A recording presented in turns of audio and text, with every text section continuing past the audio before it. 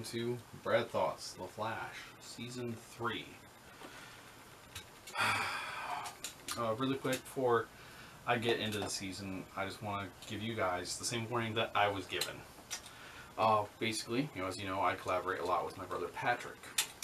And he told me that Season 3 is not very great. And now, after having viewed everything, I wholeheartedly agree with him. Maybe it's because I'm too critically analyzing this, but there's just so many plot holes and just so much stupid stuff that doesn't make sense, and just it's frustrating. And it really upsets me that they dropped the ball so hard on this season. I have seen Season 4, things do pick up, things do get better.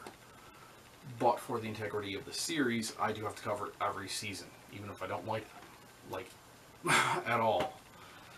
I will say also, though, that Season 3 does have some redeeming qualities. Like, there are some episodes that I really did enjoy, and there were some cool things. But, there's plot holes and other stuff, and it just really hurt it for me. I mean, it's because, I was binge watching these, I don't know, but whatever. So, let's get down to the overarching plot of the season. So, there's a new villain in town known as the Alchemist. Basically, this individual is able to grant metahuman powers to whoever the heck they want. So they can give it to, the kindly old lady down the street, or they can give it to the arsonist, or whoever the heck. But this character isn't even the big villain of the season, because there's another character who comes in who calls themselves Savitar, the god of speed. Basically, pretty cool looking CGI, metal monster dude. It's crazy, and he's interesting looking. And that's the major story of the season. God. And yeah, so like I'd said, Patrick told me this was a rough season. And so when I talk about the episodes of interest in a second and my final thoughts, I'm going to be very spoiler heavy, because honestly, my true 100% assessment is you could pretty much skip Season 3. And I will explain that when I get done. But if you have not seen Season 3 and have plans to do so, I would definitely stop here. Unless you're looking for the interesting, oh hey, this villain showed up, or whatever stuff that I cover here in episodes of interest. If you have Season 3 and you have different opinions than me, hey, you can feel free to sound off with your thoughts below, oh, I thought this worked, or this was interesting because, and we'll go from there. So, without further ado, ladies and gentlemen, I present to you my thoughts on the episodes of interest. The first two episodes deal with what they refer to as Flashpoint. Basically, Barry does some more time traveling, and things are a bit different. So, that's interesting. Episode 3, Barry gains a new metahuman partner, which is pretty cool. Episode 6, Savitar, the god of speed, is revealed. And now episode 8, and it seems like with all of the CW shows, Flash, Green Arrow, Legends of Tomorrow, and I think they're working Supergirl into this also. Basically, the 8th episode for all of those respective shows is a crossover event. For this season, we have the Flash episode as part 2 of the crossover. So really quick, I'm going to caption below how this works out. Basically, Arrow Season 5, Episode 8 is Part 1. Flash Season 3, Episode 8 is Part 2. And Legends of Tomorrow, Season 2, Episode 7? Broke the streak. Why would you do that? And, I don't want to spoil the story of it, but basically, alien invaders, we have to team up to take these guys on because they're very tough. And the reason I really enjoy this episode is because there's a big fight scene with all of the heroes, and it's just cool seeing them all go at it. So, definitely recommend. So again, Arrow Season 5, Episode 8, Flash Season 3, Episode 8, and Legends of Tomorrow Season 2, Episode 7. Let's see. Episode 9. Lots of subplot stuff. But the big thing, and this is a major spoiler, Savitar is stopped. Well, is stopped at episode 9 of 23 for the season. And I'll come back to this. Okay? Episodes 13 and 14. Basically, it's a Gorilla Grodd two-parter. And I really like this. Like, it's it's pretty cool. Again, Gorilla Grodd is the giant, hyper-intelligent gorilla with telepathic capabilities. Totally worth the watch. Episode 15. So you know how I said Savitar was stopped? Yeah, he comes back, and just how they do it is so dumb, and it ultimately costs the team one of their allies. Episode 17, it's not related to anything. It's honestly just a bad musical. And before I get all the hate comments about, like, oh, musicals are good, I've done my fair share. I've done several in high school theater. I enjoy them. And, yeah, this was just bad because it's a cliche musical, you know, cliche love story musical, crammed inside of 40 minutes, and just... And really quick, just a side note for this. This is also a small crossover with Supergirl, which was interesting enough. So hey, take what you can get. And I did enjoy the one song. I believe it's Super Friend. Toward the end, it's not bad. It's kind of catchy. And although I do have to say it is a bad pun. But moving on, episode 19. Barry travels to the future and sees what happens to the team. You know, and tries to learn more about Savitar. And I really like this episode. And I believe, if I did my research right, Tom Cavanaugh was the one who directed this. So, legit, that's awesome. I liked it.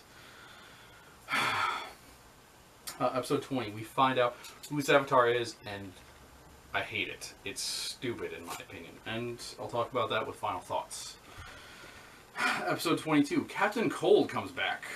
Again, I love Wentworth Miller. He plays Captain Cold's so great, and it's just good. And the major plot point of this season, basically, Barry at some point had a vision of the future where one of his friends is killed off, and we're building up to how can we save this character. And and basically this, you know, wraps that thing up. However, I'm not going to tell you what happens because of my hashtag, avoiding spoilers as much as possible, or hashtag ASAMP. I'm going to make that a thing. Don't. just let it happen. Just let me have one, please. And then, episode 23, another looming disaster seems poised to destroy the city, and Barry has to make a sacrifice. And now we move on to my final thoughts for the season. So again, if you enjoyed season 3, you know, and you have opposing views and you want to share them with me, feel free. You know, we can talk about this. I'm open to different opinions. I'm just saying this as a guy who critically analyzed this by binge watching everything and taking the notes and all that, and it's... Okay, so let's see. First off, I very much got the vibe of, oh crap, we don't have enough material to fill all 23 episodes, you know, with like the main villain story. Because here's the thing, the villain is benched for 7 straight episodes and then one more, because it's let's see, episode 9, and he comes back in episode 15. So 9, 10, 11, 12, 13, 14, 15. 7 episodes, 8 if you count the musical, and that right there is a third of your season. How do you do that? Now, they did have, like, oh, you know, there's a couple of episodes where they don't have the main villain in season 4, but it wasn't 8. And secondly, all of this is predicated on Barry's events at the end of season 2. Well, based on what Barry does in reaction to events that occur at the end of season 2. Barry's father is killed, and unfortunately, understandably, Barry wants to go back in time and make things different so that he can have the happy life with his mom and his dad. So, I don't blame him for doing the, It's a Wonderful Life thing. It just kind of sucks that, hey, we're going to wrap that up in an episode. One. That is all we get for that. And then, that leads to so many changes in the future. And, they talked about early in the season, like, oh, hey, it's not because Barry did something, that the future's changed. It's because he worked with Reverse Flash to get back, because Barry was losing his powers. And it's never addressed. And, the world is just so much different because of that. Cisco's brother is dead, Caitlin has powers, there's this new lab assistant guy called Julian, who's a real jerk to Barry for we don't know why. And I'll talk about him in a minute. But, let me focus on the other big issue I have with the season. Savitar, the character, is ungodly overpowered. Okay, the first fight they have, between Barry and Savitar destroys him. It's like when Zoom kicked his ass in Season 2. Okay, but here's one of the big differences. On the radar, back at HQ, they're watching, and Savitar seems to be like just a blip on the radar. It's like he'll be here, and then blip, he'll be like 5 blocks down the street, like within a second or so. So he was OP, but magically, oh hey, he got dumbed down enough so they could stop him. And it's just ridiculous. And who Savitar is. And again, spoilers. He is a time duplicate of Barry. That fought Savitar previously, but didn't die. And so, he tried to work with the team and stuff. And they shunned him. They called him an abomination and crap like that. And that does not fit with their characters. That is crap. Okay? I've been watching these characters. I'm the character investigator. I know these characters. They would not go, oh, you're a monster and you're a freak. They would accept this character. But, oh no, hey, like, you're an abomination, he says they call him an abomination, da da da da da. Let's see. And then, really quick, going back to the new characters.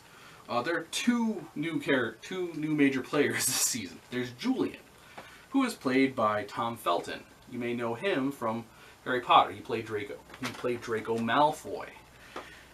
And honestly, like, he was irritating and annoying, and I didn't like him. And we're never told why he and Barry had issues, but he grew on me as the season went on. And unfortunately, he doesn't come back for season 4. It's like, so, okay, so this new character is just gone. And then late in the season, like, it's episode 16 or 17, something like that, they bring in another character, a scientist called Tracy, who made the device that stopped Savitar in the future. So it's like, 2021, whenever they finally stop him somehow. She made this device called the Speed Cannon.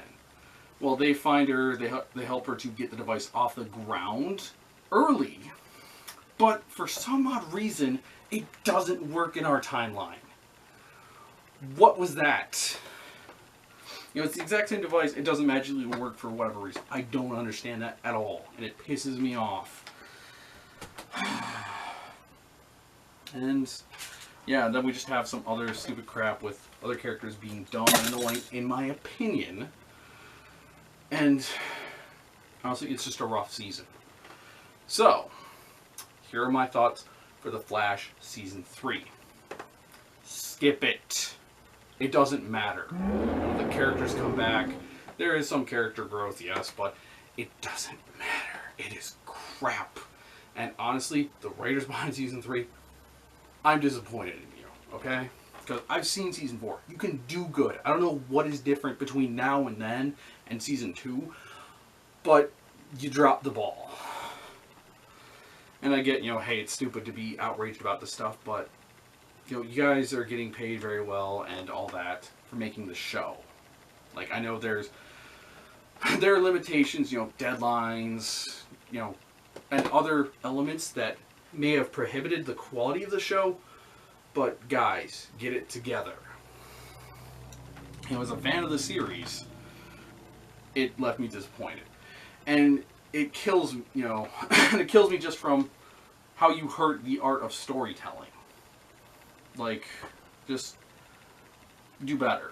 And you have done better. And I appreciate you for that. And I get you have so many constraints, so I'm not going to go on a long diatribe about it. But just don't do this again.